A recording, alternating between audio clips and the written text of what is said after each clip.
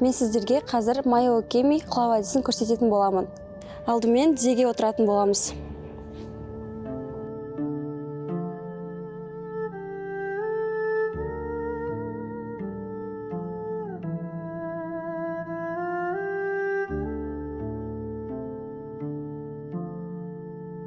Екінші әдіс, аяқтың ұшына отырамыз, тіземізді тіреп, шынтақпен алдыға құлаймыз.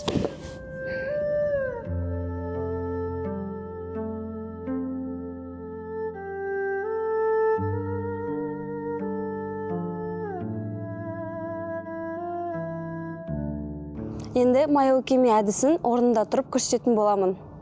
Алдымен аяқтың ұшына отырамыз, тіземізді тіреміз, шынтақпен алдыға құлаймыз.